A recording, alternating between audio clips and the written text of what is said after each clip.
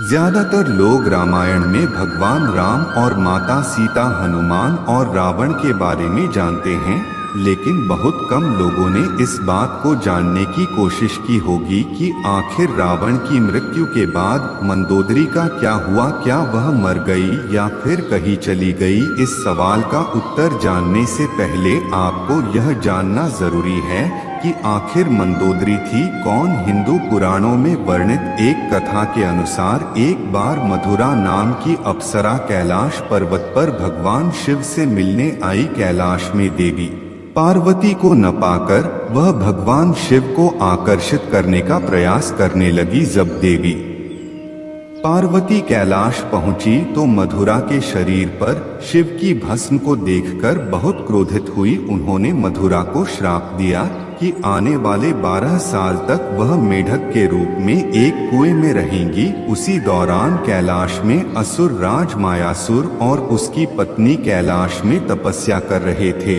वे दोनों एक पुत्री प्राप्ति के लिए तपस्या कर रहे थे।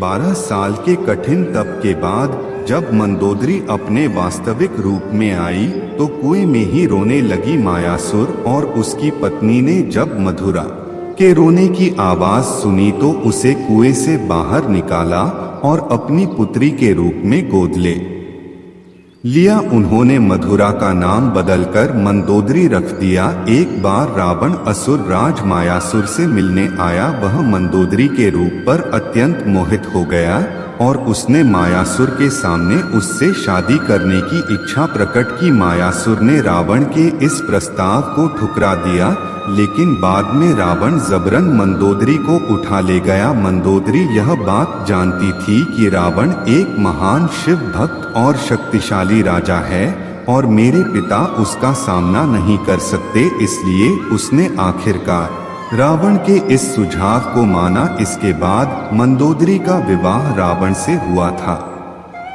रावण से विवाह के बाद मंदोदरी के 3 संतानें हुई, मेघनाद, अक्षय कुमार और अतिकाय। मंदोदरी ने जीवन भर रावण को समझाने की कोशिश की। वह यह नहीं चाहती थी कि माता सीता रावण के कैद में रहे। अद्भुत रामायण की माने तो रावण की मौत के बाद वह बहुत दुखी हो गई। तब भगवान राम ने उन्हें समझाया कि वह विश्व विजयी लंकेश की पत्नी थी। उन्हें इस तरह उनकी मौत पर हताश नहीं होना चाहिए। भगवान राम ने लंका के अच्छे भविष्य के लिए उन्हें विभीषण से विवाह करने का सुझाव दिया।